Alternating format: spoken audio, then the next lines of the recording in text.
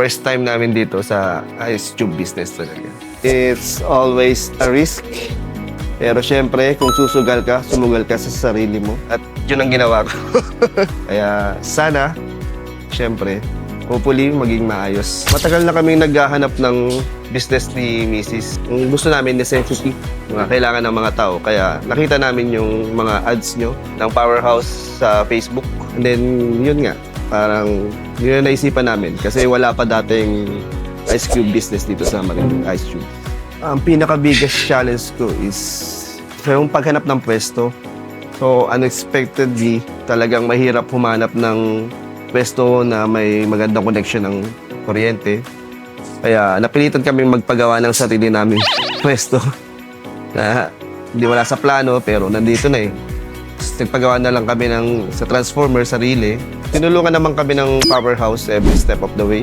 So, okay naman siya. Mahirap pero kaya naman. Maganda kasi yung reviews niya na nakita ko online. Maganda yung mga napanood kong reviews ng mga owners. And malapit siya sa Marinduque and sa Manila. Pwede namin puntahan personally. Yung unang-una is customer service. Mabilis sila mag-reply. Halos within 5 minutes, mag-reply na agad sila. And then yung reputation, which is maganda. After sales, maganda rin. And lalo na pinamahalaga kasi yung after sales sa amin. Kasi we're not really into machines, so kailangan namin ng suporta pagdating doon. Madami kaming natutunan, madami pa lang kailangan planuhin pa ng maayos, pero syempre madami ding nangyari na unexpected.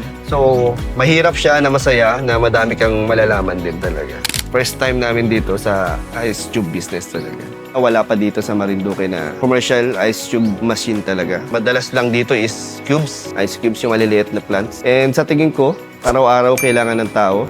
Everyday kailangan umorder. Yung nag-feasibility study ako, mukhang ayos naman talaga. Kaya yun, pinresent ko kay Mrs. Nag-agree din siya na necessity nga naman. Parang pagkain, tubig. Kaya yun, doon kami nag-lean talaga. Kahit anong mangyari, kailangan ng tao talaga. Lalo na ngayon, umuso mga cafes, restaurants.